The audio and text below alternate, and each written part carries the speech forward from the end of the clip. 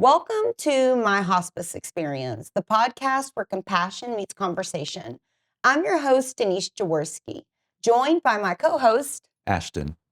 And together we explore real stories, challenges, and the heart behind hospice care, from patients and families to the incredible teams who make it all possible.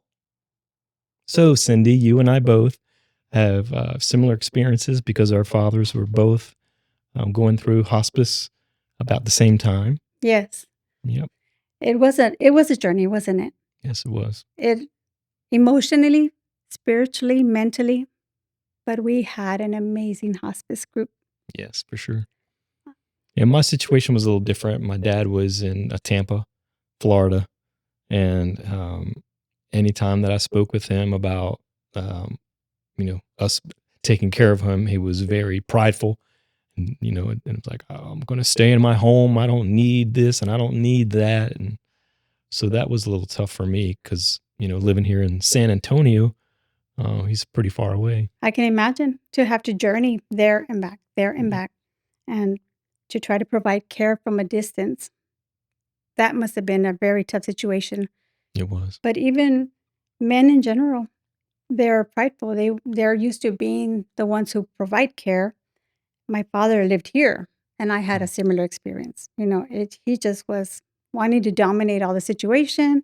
He wanted to call all the shots. He was not going to lay down easy and say, okay, you're just going to do nothing. Right. But life has a funny way of doing that to us, huh? Yep, for sure. Yeah, and I remember going down there, and he was in pretty rough shape. I had never thought that I would have to wipe my dad's behind or anything like that, So that was tough. And those are true emotions, right, Frank? yes, Those are true realities. It's a shock. It's a thing that you have to face and you're not ready to face. A lot of times we go through the hope. We're still riding on what the doctor said. We're still hanging on, but the doctor said we're going to try this pill, or the doctor said, and we haven't done this yet. But the reality is that we're already at a different stage, but we're still living in the new normal that we had just gotten used to. And now we're being asked to do a new normal. right. And sometimes hospice is the uninvited guest. Dare not say the D word because it's like a superstition. Mm-hmm. I can relate. Yeah. Yep. And then finally, we had some connections through a doctor here. It might have been Dr. Kapoor's, that had a friend in Florida that has a hospice. And so we put him on hospice in Florida. And the one day that I was visiting, the nurse was there, and he was sitting in the living room, and he's like, I want to go to my bedroom. And she said, well, you have to be able to get up and do that yourself. And he didn't make it. So right then and there, unfortunately, they said that you need to go to the hospital, and he refused. He was very combative about that. And since he refused, they had to call Adult Protective Services, Right. and they couldn't do anything about it either because he was of sound mind, but his body was Not deteriorating. Right. And so we decided to bring him back here to Texas. However, he was fighting about that as well, but he finally agreed. And so, matter of fact, your daughter, Vanessa. That's why I'm smiling, because we were worried about her going, but they did great. Yep, she flew and met me at the airport, and she flew back with him, and we put him in the hospice house. And I do remember you taking care of him. I did. I enjoyed that season.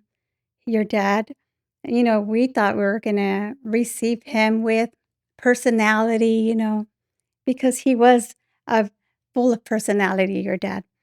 But he was so amazing, very respectful, He appreciated anything we did for him. Oh, that's great. That's when we come to grips with the reckoning that's happening within us, that let me accept this help. Let me allow this little girl to bathe me or to ride with me in a plane, that was a beautiful experience. Your father is an amazing man. Thank You you. have his traits. Well, hopefully I won't be as prideful as him if Well, when I that didn't day get to comes. meet that trait, but he was very nice. Thank you. My father, he was the biggest Dallas Cowboys fan. Yes. He was the biggest Dallas Cowboys fan. So, my testimony of him is remembering that I got to surrender all the care over to somebody else. We did have conflicts. We did have like siblings fighting. Is this the right time? My dad speaking to one person like, "Mm, I'm not ready for hospice," and, thinking we're throwing in the towel, Right. wanting to have more tests. That's a difficult situation to handle because there's still hope. You're still waiting on the miracle, and a lot of it is cultural. Hispanics, we take care of our own. Right. We don't put you in a nursing home, but then you come to the realities of, I need a weekend off. I need help. Mhm. So I'm very grateful for hospice. We think that we're going to abandon our families like in respite. Everybody needs 5 nights, 5 nights to themselves because not everybody has family like we do, right? Right. And that's the beauty of it. We'd had a lot of family conflicts. We had a lot of like, dad doesn't want to give up. Dad, and then, he'd come talk to me and like, I'm ready to die. And so you kind of get both sides and you had that going on. The reading for me was that we got to make my dad's funeral very special. Yes. Indeed.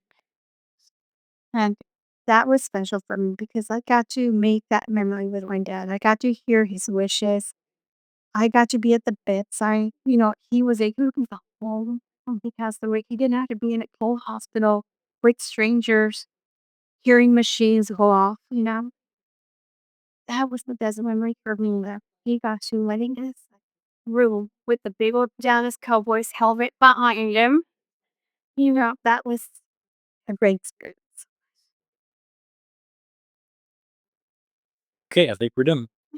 We hope today's episode reminded you that even in endings, God is still writing beautiful stories. From all of us at My Hospice Experience, stay grateful, stay faithful, and stay abundant.